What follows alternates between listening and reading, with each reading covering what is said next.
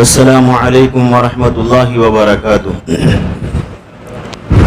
اللہ اکبر اللہ اکبر، لا الہ الا اللہ واللہ اکبر وللہ الحمد، الحمد للہ رب العالمین، والصلاة والسلام علی سید الانبیاء والمرسلین وعلى آلہ واصحابہ الاکرمین اجمعین وعلى من أحبهم وتبعهم بإحسان إلى يوم الدين أجمعين، أما بعد، فقد قال الله تبارك وتعالى في القرآن المجيد والفرقان الحميد: أعوذ بالله من الشيطان الرجيم، بسم الله الرحمن الرحيم. وإذ ابتلى إبراهيم ربه بكلمات فأتمهن قال إني جاعلك للناس إماما قال ومن ذريتي قال لا ينال عهد الظالمين. صدق الله المولانا العظيم. إن الله وملائكته يصلون على النبي يا أيها الذين آمنوا صلوا عليه وسلموا تسليما. اللهم صل على سيدنا محمد وعلى آله وأصحابه أفضل صلواتك وعدد معلوماتك وبارك وسلم. معزز مکرم سامعین محترم و حاضرین مکرم، ذی الحجہ کی آج 10 تاریخ ہے. دنیا کے کونے کونے اور گوشے گوشے میں فرزندان توحید و رسالت اللہ کے خلیل حضرت ابراہیم علیہ السلام کی یاد منا رہے ہیں. آج مسلمانوں کی شرعی دوسری عید، جس کا نام یوم الاضحیٰ ہے، اسے منانے کی سعادت حاصل کر رہے ہیں.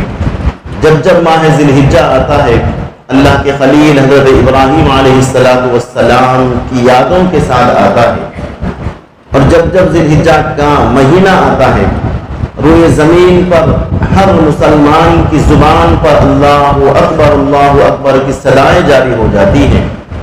جو بیت اللہ کے حج اور اس کی زیارت کے لیے نکلے ہیں، ان کی زبانوں پر لبیک اللہم لبیک کی صدائیں گونجتی ہیں. یہ تمام ذکر و اذکار، یہ تمام تلبیات کی آوازیں اللہ کے خلیل حضرت ابراہیم علیہ السلام سے تعلق رکھتی ہیں. اللہ کے خلیل حضرت ابراہیم علیہ السلام نے اللہ رب العزت کی تمام امتحانوں پر ایسا سرخرو اور کامیاب اترے کہ اللہ نے انہیں اپنا خلیل بنا لیا. اللہ تعالیٰ نے قرآن کریم میں ارشاد فرمایا: وَإِذِ ابْتَلَىٰ إِبْرَاهِيمَ رَبُّهُ بِكَلِمَاتٍ فَأَتَمَّهُنَّ. ہم نے ابراہیم کو چند باتوں کے ذریعے سے آزمایا تو انہوں نے ان تمام باتوں کو پورا کیا. قَالَ إِنِّي جَاعِلُكَ لِلنَّاسِ إِمَامًا. جب امتحان میں کھرے اترے تو رب کائنات نے فرمایا کہ ابراہیم، ہم تمہیں پوری کائنات کے انسانوں کا امام بناتے. اسی لیے آپ کا ایک لقب امام الناس ہے.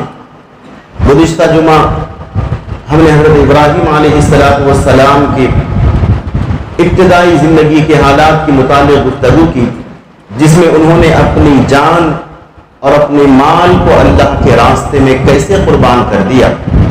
اللہ کے خلیل کو اپنے رب کریم کی ذکر اور اس کی یاد کو سننے کا اتنا شوق تھا کہ رب کے ذکر کے لیے اپنی پوری چیزیں اللہ کے راستے میں انہوں نے قربان کر دی.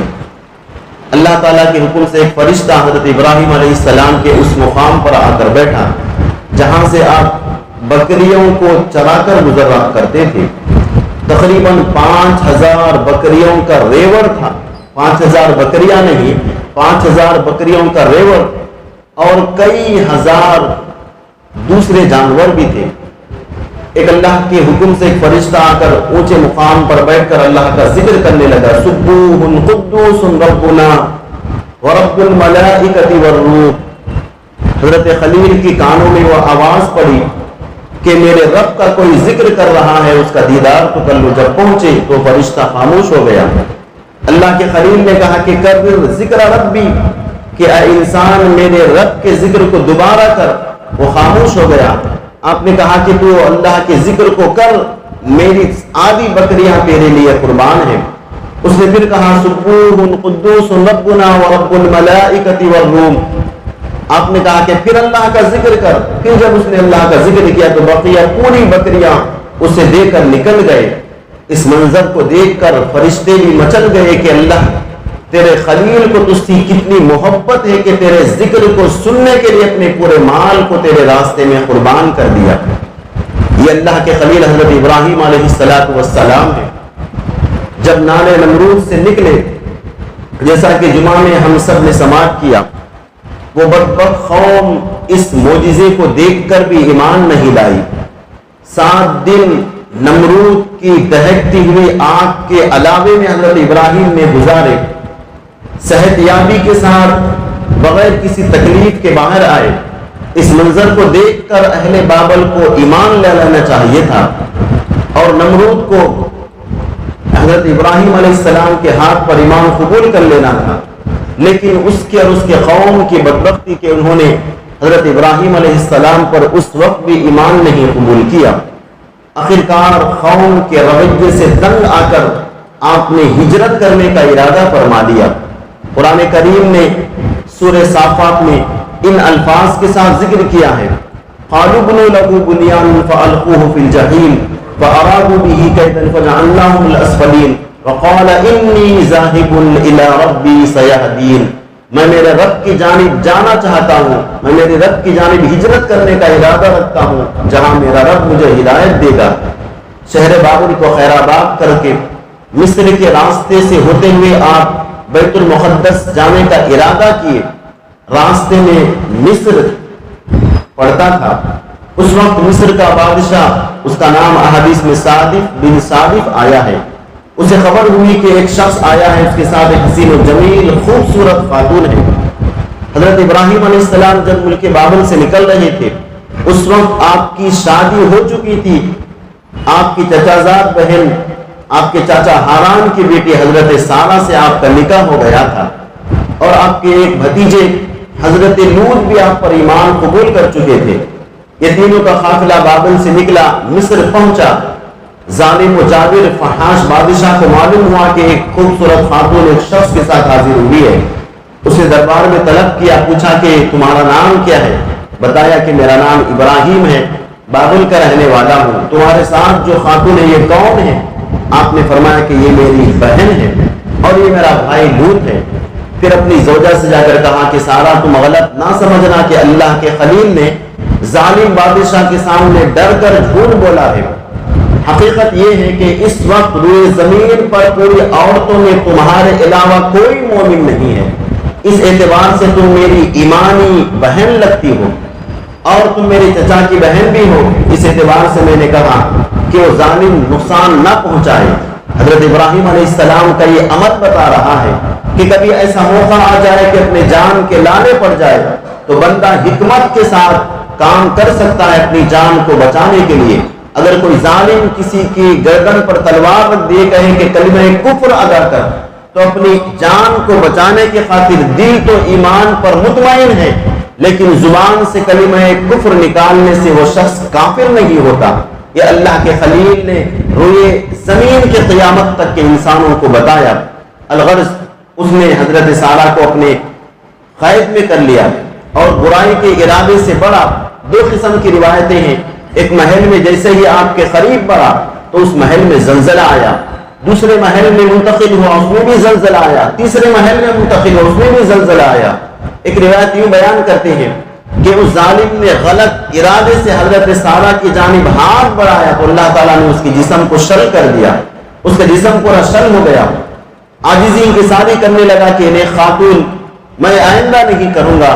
حضرت سارہ نے دعا کی تو صحت یاب ہو گیا. پھر دوسری مرتبہ بھی اسی طرح کیا، تیسری مرتبہ بھی اسی طرح کیا. اب کہا کہ میں وعدہ کرتا ہوں کہ آپ کے ساتھ برائی کا ارادہ نہیں کروں گا. حضرت سارہ نے دعا کی تو وہ صحت یاب ہو گیا. یہ منظر اس ظالم بادشاہ کے محل میں گزر رہا ہے لیکن اللہ کے خلیل کے لیے اللہ رب العزت نے پورے پردوں حجابات کو ہٹا دیا. آپ بھی اس منظر کو ملاحظہ کر رہے ہیں. اللہ کے نبی کو یقین ہے کہ اس کی وفا شیار بیوی اس کے ساتھ غداری نہیں کرے گی لیکن دل کی تشفی کے لیے اللہ رب العزت نے حجابات اٹھا دیے.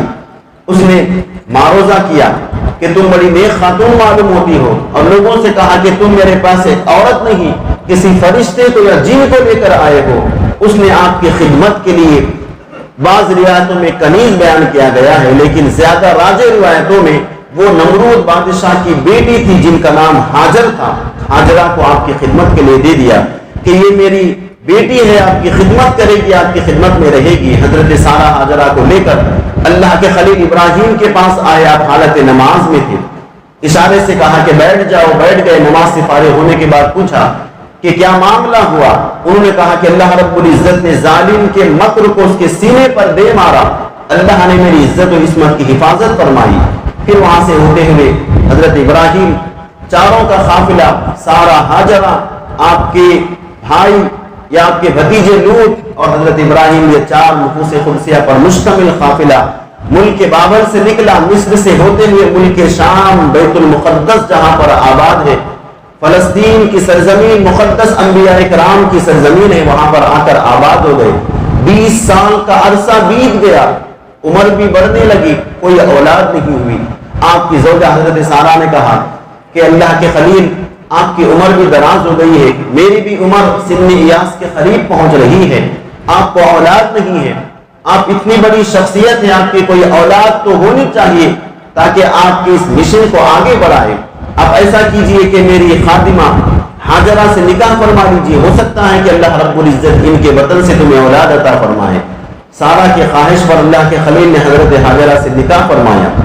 اس کے بعد اللہ کی بارگاہ میں دعا کی، رب حب لی من الصالحین، اے رب کریم مجھے صالح اولاد عطا فرمایا۔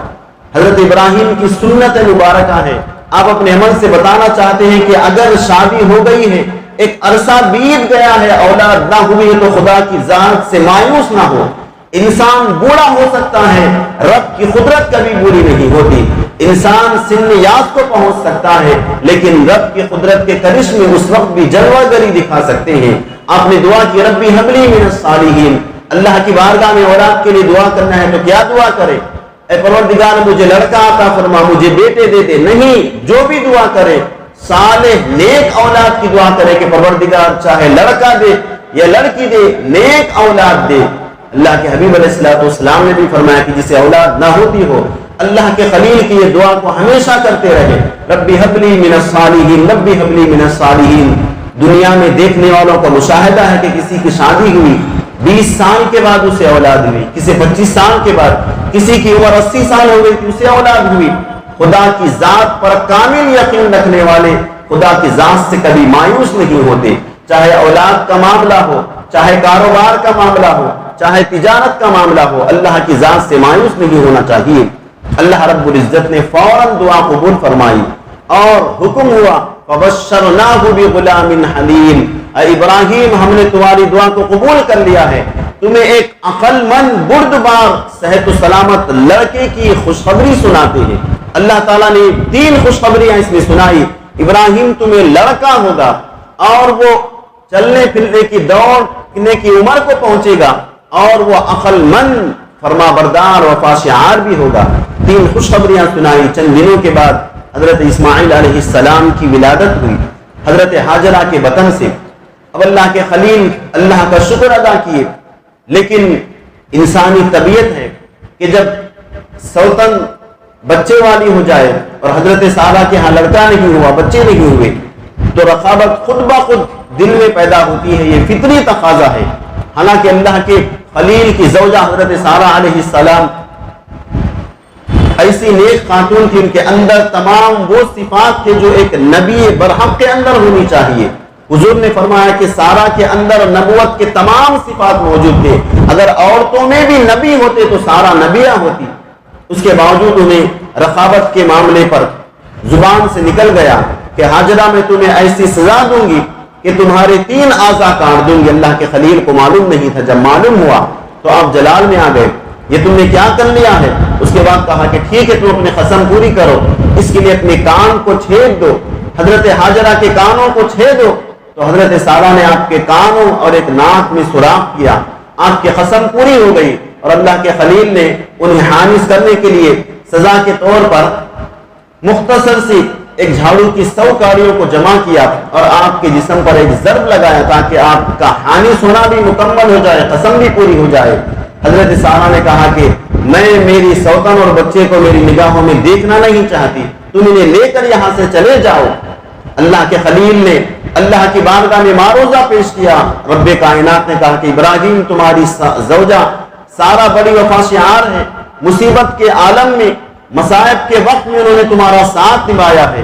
جب ہجرت کرنے کا معاملہ ہے تو اپنی قوم، اپنی برادری، اپنے رشتہ داروں کو چھوڑ کر تمہارے ساتھ انہوں نے ہجرت کی۔ ان کی اس آرزو کو بھی پورا کرو، جاؤ اپنے بیٹے اسماعیل اور ہاجرہ کو لے کر کسی ایسے مقام پر انہیں چھوڑ کر آؤ جہاں پر انسان نام کی چیز نہ ہو۔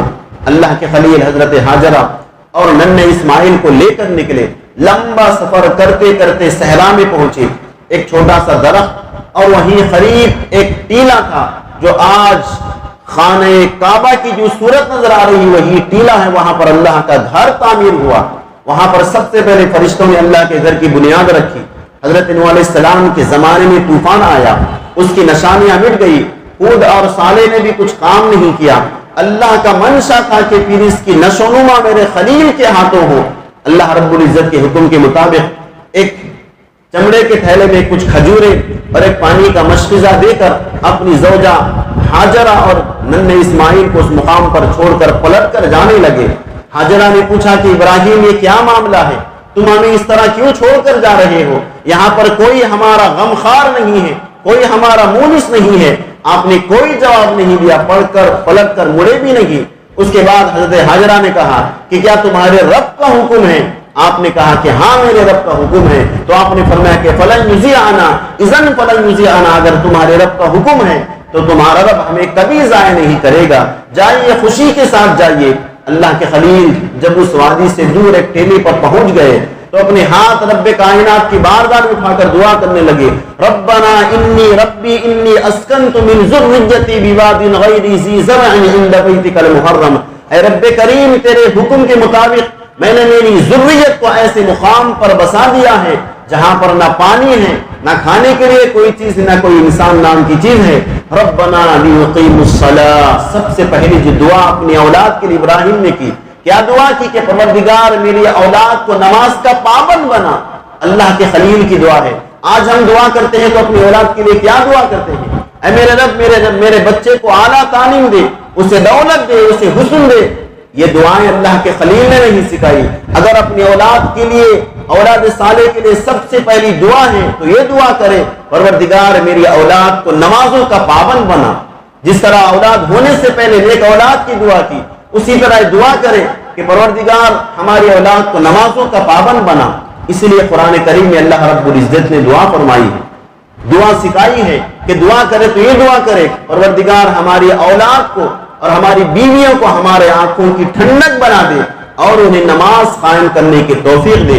پہلی دعا اللہ کے خلیل نے کی، لیقیموا الصلاۃ، انہیں نماز قائم کرنے والا بنا۔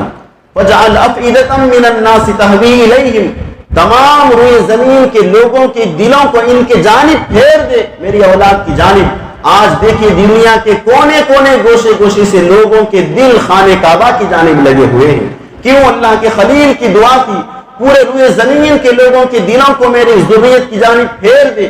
آج افریقہ ہو یا امریکہ ہو، ہندوستان ہو یا ایشیا ہو، دنیا کے کونے کونے کا انسان جو صاحب ایمان ہے، اس کی آخری آرزو ہوتی ہے کہ مرنے سے پہلے اللہ کے گھر کا دیدار کر لو، حج یا زیارت روضہ رسول حاضر ہو جائے، نصیب ہو جائے۔ اللہ کے خلیل کی دعا، تیسری دعا کی، وارزقہم من الثمرات، پروردگار انہیں پھلوں کے ذریعے سے رزق عطا فرما۔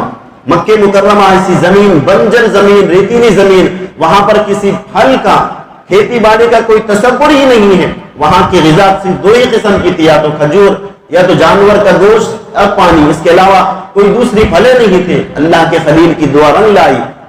جانے والے اپنی آنکھوں سے دیکھتے ہیں کہ ہمارے ملک میں جو میوہ نظر نہیں آتا وہ حرم مکہ میں آپ کو نظر آتا ہے۔ دنیا کے کونے کونے کے میوے، جو میوہ کھانا چاہے آپ کو حرم کعبہ میں نظر آئے گا۔ اللہ کے خلیل کی دعاؤں کا اثر ہے۔ اس کے بعد چلے گئے، کچھ کھجوریں اور پانی کب تک رہے گا؟ ایک عرصے کے بعد پانی بھی ختم ہو گیا، کھجوریں بھی ختم ہو گئی۔ اب حضرت ہاجرہ نے دیکھا کہ ننھے اسماعیل پیاس کے مارے بلک رہے ہیں، سینے سے دودھ بھی سوکھ گیا ہے، تھنوں میں دودھ بھی نہیں ہے حضرت ہاجرہ کے۔ اللہ کی کیسی صابرہ بندی تھی، ان کی سیرت کے ذریعے قیامت تک مسلمان عورتوں کو درس نصیحت ہے کہ اپنی شوہر کی کم کمائی پر شکوہ شکایت نہ کرو، اللہ کی بارگاہ میں صبر کرو، اللہ رب العزت ضرور رحمت کے دروازوں کو کھولے گا۔ شکوہ نہیں کی، شکایت نہیں کی، صبر کا دامن اپنے ہاتھوں سے نہیں چھوڑا۔ اب ایڑیاں رگڑنے لگے اسماعیل، نہ کھانے کو کچھ ہے، نہ پینے کو کچھ ہے، نہ دودھ بھی سوکھ گیا ہے۔ اب حضرت ہاجرہ بے چین ہو گئی۔ دو آس پاس بھی چھوٹی چھوٹی پہاڑیاں تھی اور اس کے دامن میں ایک چھوٹا سا ٹیلا ہے، ایک درخت کے نیچے چھوڑ کر گئے تھے۔ انہوں نے سوچا کہ شاید اس ٹیلے پر چڑھ کے دیکھوں کوئی انسان آ رہا ہو، کوئی آدمی نظر آئے جو میرے بچے کے لیے پانی مہیا کر دے۔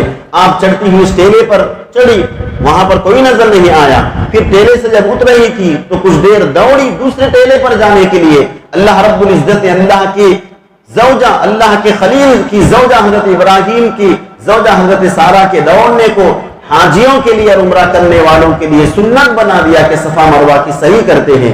7 چکر لگائی لیکن کوئی نظر نہیں آیا۔ 7ویں چکر مایوسی کے عالم میں جب اتر رہی تھی تو کسی آواز دینے والے نے آواز دی، آپ نے کان لگا کر سنا تو کہا کہ اے اللہ کی بندی، ناراض نہ ہو، مایوس نہ ہو، صبر کر، اللہ رب العزت تیری مدد کرے گا۔ جب ننھے اسماعیل کے پاس آئے تو دیکھا کہ جبرائیل امین کھڑے ہوئے ہیں۔ جبرائیل امین حضرت اسماعیل کو سہارا دے رہے ہیں اور وہ ایڑیاں رگڑنے کی وجہ سے ان کی ایڑیوں سے پانی کا چشمہ پھوٹ گیا۔ ایسے مقام جہاں پر انسان ایک قطرے پانی کا تصور نہیں کر سکتا۔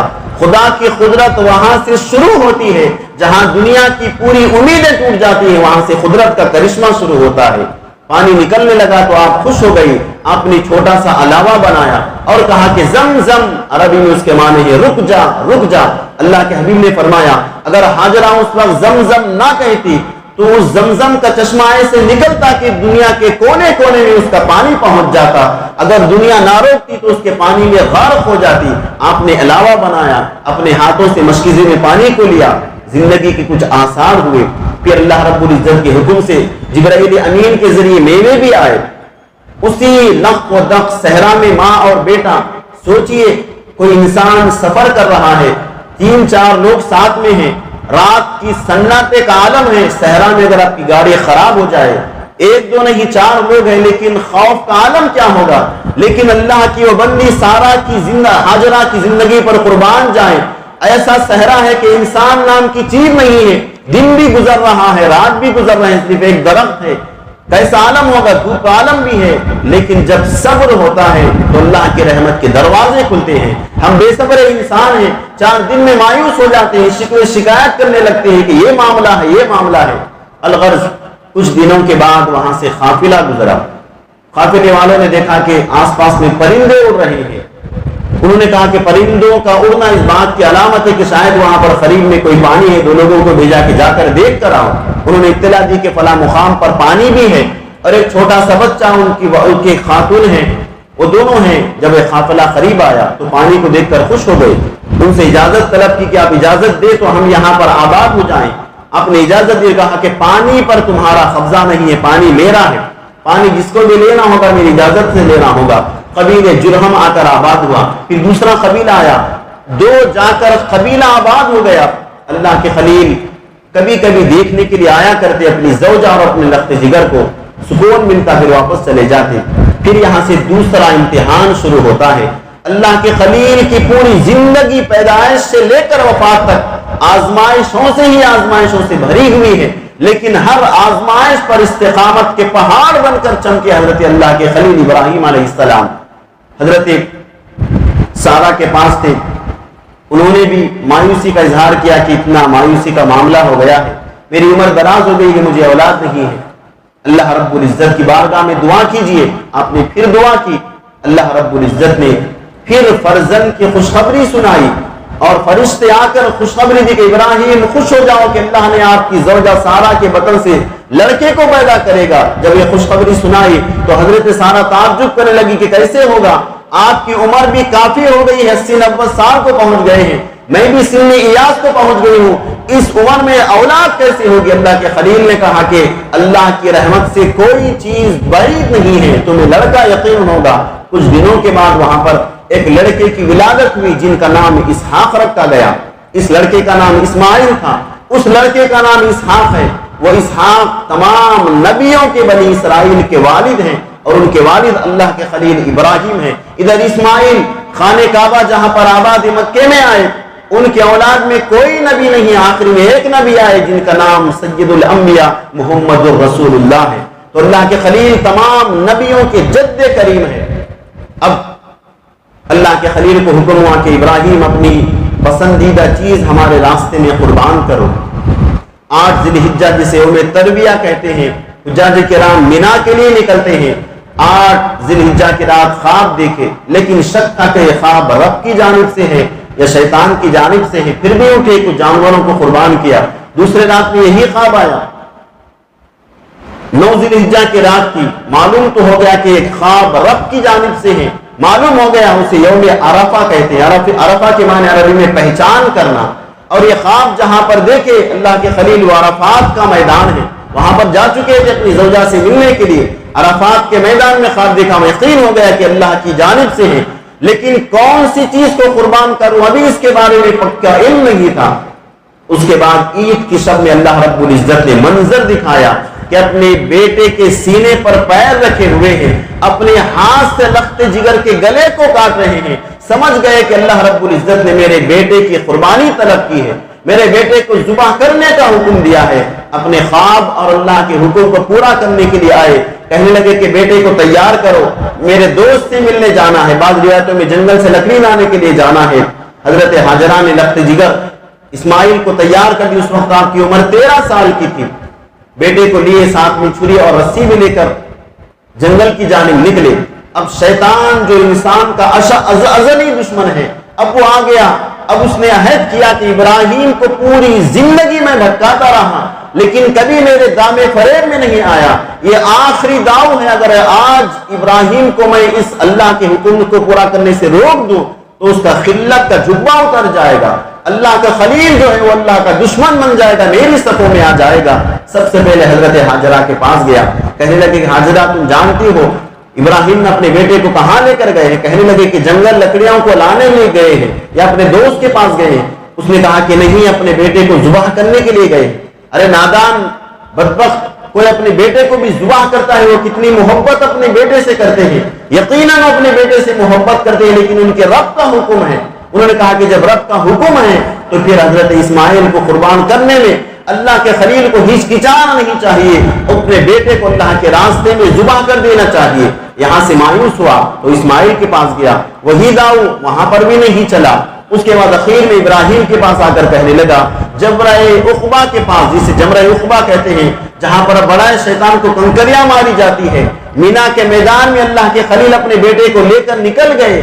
جمرہ عقبہ کے پاس آ کر اس نے کہا کہ خلیل، اتنی بڑی مدت کی دعاؤں کے بعد بڑھاپے میں اولاد ہوئی ہے، تمہارے آخری عمر کا سہارا ہے، اسے تم خواب کے بارے میں معلوم نہیں ہے کہ شیطان کا خواب یا رحمان کا خواب، اپنے بیٹے کو ذبح کرنے کے لیے نکلے ہو. کہنے لگے کہ نبی کا خواب بھی وحی کے حکم میں ہوتا ہے، یہ رب کا حکم ہے، اسے پورا کرنے جا رہا ہوں. بہت بہکانے لگا. آپ نے 7 کنکریاں اٹھا کر ماری. پھر آگے چلے، جمرہ وسطیٰ کے پاس آئے، وہاں پر بھی بہکایا، وہاں پر بھی آپ نے کنکریاں ماری. پھر جمرہ صغریٰ کے پاس آئے، وہاں پر بھی اس نے بہکایا، آپ نے کنکریاں ماری. مایوس ہو کر شیطان جانے لگا. اللہ کے خلیل نے اپنے بیٹے کے ارادے کو جاننے کا ارادہ کیا کہ بیٹے کہ میں نے تربیت جو کی ہے، کیا واقعی تربیت کا اثر اس کے اندر ہے یا نہیں ہے، یا اللہ کے حکم کی تعمیل میں میرے ساتھ یہ بھی شامل ہو جائے، رب کی رضا اسے بھی حاصل ہو جائے، اسے بھی حاصل ہو جائے. اپنے بیٹے سے پوچھا.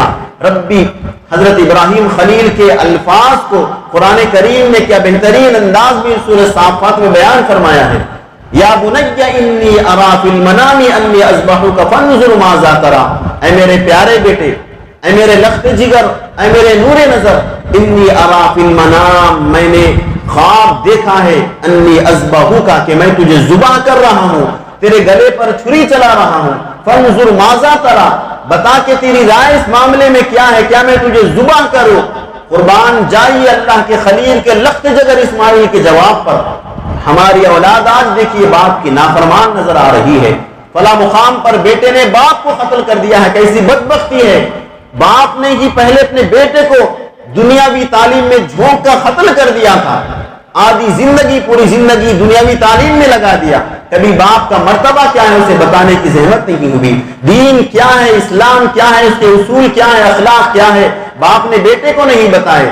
جوان ہوا تو دنیا کی عیش و آرام میں جوان ہوا، جب بچپن میں اسکول کو گیا تو دنیاوی تعلیم میں مگن رہا، نہ اسے اسلام کے اصول معلوم ہوئے، نہ رب کا مقام معلوم ہوا، نہ حبیب مکرم کی عظمت معلوم ہوئی، نہ والدین کی حقیقت معلوم ہوئی، دنیاوی تعلیم میں رہا، دنیا داروں کے لیے اس نے کام کیا۔ جب جوان ہوا تو دنیا کی لذت سان میں تھی، اب باپ دنیا کی لذتوں کو کھینچنے والا نظر آیا تو باپ ہی کے گلے پر چھری چلا دیا۔ ایسا معاملہ چل رہا ہے شہر میں، ہم نے دیکھا کہ بیٹے نے باپ کو قتل کر دیا ہے، وہ کیسا بیٹا ہوگا جو اپنے باپ کو قتل کر دیا؟ کہیں دیکھا کہ بیٹے نے ماں کو قتل کر دیا ہے، ماں باپ کو گھر سے نکال کر فقیری پر بیٹے نے آمادہ کر دیا ہے۔ ایک ایسی اولاد، اور وہ اولاد بھی دیکھیے، وہ شہزادے کو بھی دیکھیے اللہ کے خلیل کے جواب دیتے ہیں، یا ابتی فعل ما تؤمر، اے میرے رب، اے میرے والد محترم، آپ کو جو حکم دیا گیا ہے اسے پورا کیجئے۔ جواب بھی کیا شاندار ہے، آپ یہ نہیں کہہ رہے ہیں خواب میں جو بتایا گیا اسے پورا کیجئے، نہیں، آپ کے رب نے آپ کو جو حکم دیا ہے پورا کیجئے۔ اسماعیل بتانا چاہتے ہیں کہ نبی کا خواب بھی وحی کے برابر ہے۔ میرے والد محترم کو جو خواب بتایا گیا وہ خواب نہیں ہے، رب کریم کا حکم ہے، یا ابت فعل ما تؤمر ستجدنی انشاء اللہ من الصابرین، ان قریب آپ مجھے صبر کرنے والوں میں سے پائیں گے۔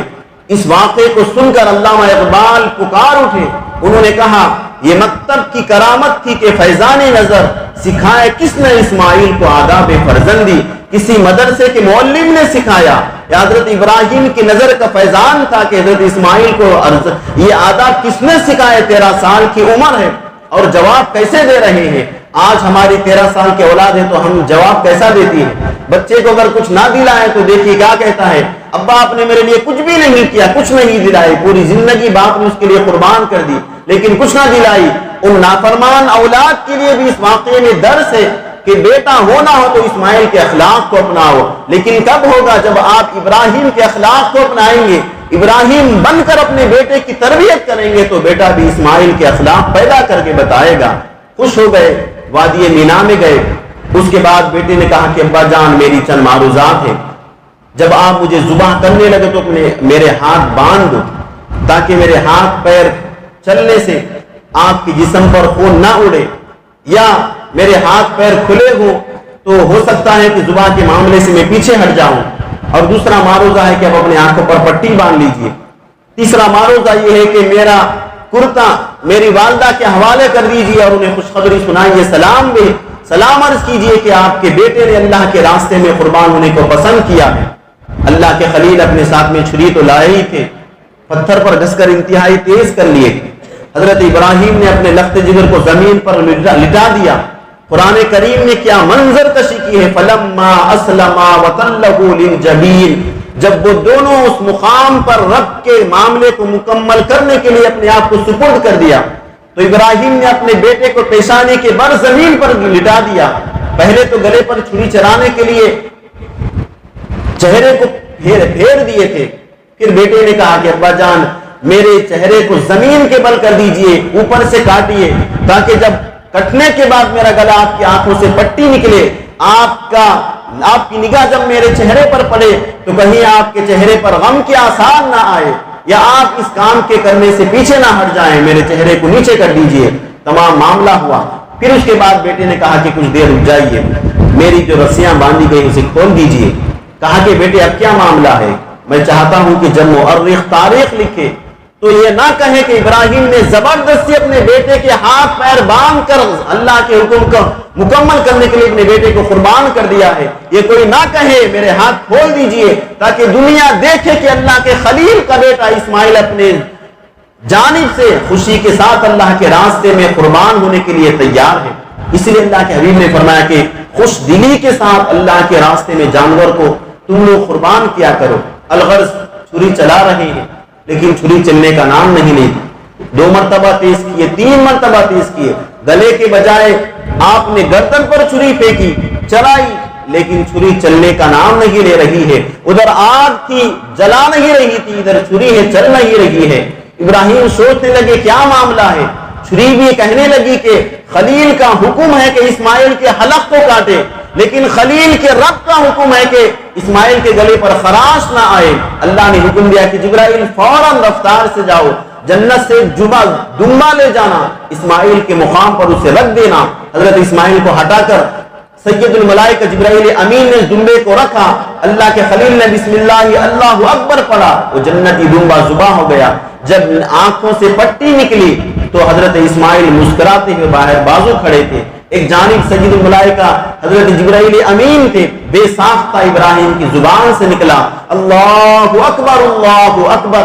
سید الملائکہ نے کہا لا الہ الا اللہ واللہ اکبر، اور ذبیح اللہ اسماعیل نے کہا اللہ اکبر وللہ الحمد. اس تسبیح کو قیامت تک مسلمانوں پر واجب کر دیا گیا. یہ واقعہ تھا جو قربانی کی حقیقی واقعہ ہے، لیکن قربانی کا مطلب صرف جانور کو ذبح کرنا نہیں ہے. قربانی کا مطلب اس جانور کے ذریعے سے اپنے اندر بیٹھے ہوئے شیطان کو ذبح کرنا ہے، اپنے نفس کو ذبح کرنا ہے. لوگوں آخر کب ہم سمجھیں گے، کب سدھریں گے؟ اتنا چیخ پکار کے آپ کو بیان کیا جا رہا ہے. ماں نے بھی کہا، والد نے بھی کہا، مولانا بھی چیخ چکر کہتا ہے آخر قوم کب سدھرے گی، کب اللہ کی جانب آئے گی، نمازوں کی پابند کب بنیں گی؟ نوجوان ہیں صبح میں حی علی الصلاح حی علی الفلاح کی صدائیں آ رہی ہے، بوڑھے بھی بستر پہ سو رہے ہیں، جوان بھی سو رہے ہیں، بچے بھی سو رہے ہیں. آخر کب اللہ کے حکم کی جانب آئیں گے؟ اسی لیے علامہ اقبال نے کہا آج بھی ہو ابراہیم سائیمہ پیدا، آنکھ کر سکتی ہے انداز گلستہ پیدا. حضرت ابراہیم کی سیرت صبر و استقامت ہمارے ساتھ کچھ بھی نہیں ہوا ہے. اتنا جتنا حضرت ابراہیم کے ساتھ ہوا، تنے تنہا وقت کے ظالم بادشاہ سے ٹکر لے لیے، لیکن خدا کی ذات پہ کامل یقین ہے. اگر تمہاری جائیدادیں جلائی جا رہی ہے جلانے دو، خدا کی ذات پر مکمل کامل اعتماد رکھو. اگر تمہاری جان جاتی ہے تو جان جائے، لیکن ایمان پر استقامت سے رکھو. واقعہ ابراہیم بتا رہا ہے کہ جان چاہو تو جان لے لو، مال چاہو تو مال لے لو، لیکن ہم سے آنا ہوگا کہ ہم سے ہمارے نبی کا جاہو جلال لے لو. ایمان اور اسلام پر استقامت کے ساتھ جمے رہنے کا مشن حضرت خلیل اللہ کا ہے. آپ کی پوری زندگی ہمیں یہی پیغام دیتی ہے کہ اپنی اولاد کی تربیت کریں. دیکھو کیسی تربیت ابراہیم نے بتائی، اور اللہ کی ذات پر کامل یقین رکھو. دیکھو کیسے جنگل میں پانی کے چشمے پھوٹ گئے، چھری چلانے کا کام بند کر دیا، آگ گلے گلزار ہو گئی. اگر تم کامل یقین خدا کی ذات کے ساتھ رکھو گے، جہاں پر مایوسی ختم ہوتی ہے وہاں سے رب کریم کی قدرت کے کرشمے شروع ہوتے ہیں. اس کے ساتھ ساتھ اللہ کی بارگاہ میں آؤ تو صحیح، اس کی بارگاہ میں مانگ کر تو دیکھو. مانگنے کا سلیقہ بھی ہمیں نہیں آتا، نہ ہمارے پاس عبادتوں کا ذوق ہے، نہ اخلاق کی ہمارے پاس بلندیاں ہیں، نہ خدا کی ذات پر توکل ہے. اسی لیے آج دنیا میں مسلمان ذلت و خوار ذلیل و خوار نظر آ رہے ہیں. علامہ اقبال نے اسی لیے کہا تھے تو آبا تمہارے تم کیا ہو، ہاتھ پر ہاتھ دھرے منتظر فردا ہو. کیا تم سمجھتے ہو کہ کوئی اور صلاح الدین ایوبی اتر کر آئے گا؟ کیا تم اس انتظار میں ہو کہ کوئی اور آئے گا؟ کوئی آسمان سے آئے گا نہ زمین سے پھوٹے گا. اگر انقلاب چاہتے ہو تو اپنے اندر سے انقلاب کو پیدا کرو. پہلے تم اپنے رب کے بن جاؤ، پھر دیکھو رب کے کرشمے کیسے ہوتے ہیں. اپنی اولاد کو رب کا بنا کر تو دیکھو کہ رب تمہاری کیسی تائید و مدد کرتا ہے. نہ ہم خدا کے ہیں نہ بندوں کے ہیں، اپنے نفس کے غلام بنے ہوئے ہیں، اسی لیے دنیا میں ذلیل و خوار ہو رہے ہیں. اللہ رب العزت امت محمدیہ کو ذلت و پستی سے دور فرما. اے رب کریم تیرے خلیل کی زندگی کے اثرات ہمارے دلوں میں بھی منتقل فرما. اے رب کریم تیرے خلیل حضرت ابراہیم نے جو صبر و استقامت کا مظاہرہ کیا، اللہ کے خلیل حضرت ابراہیم نے تیرے آزمائشوں پر کھڑے اترتے ہوئے اپنی جان کو، اپنی مال کو، اپنی اولاد کو تیرے راستے میں قربان کر دیا. مولا وقت پڑے تو اپنی جان، مال، اپنی اولاد کو تیری راستے میں قربان کرنے کی ہمیں بھی توفیق عطا فرما. مولا جس طرح کی قربانی تیرے خلیل نے پیش کی ہے، ہم بھی دنیا کی جو جانوروں کو قربان کرنے والے ہیں ہماری قربانیوں کو بھی اپنی بارگاہ میں قبول فرما لے. مولا آج عید کے دن ہم جمع ہو کر تجھ سے تیری رحمت کا سوال کرتے ہیں. مولا ہم پر رحم فرما، ہم پر کرم فرما. مولا ہمیں جس طرح تو نے ایمان کی زندگی عطا فرمائی ہے اسی ایمان پر ہم سب کو موت نصیب فرما. وآخر دعوانا الحمدللہ رب العالمین. وما علینا الا البلاغ.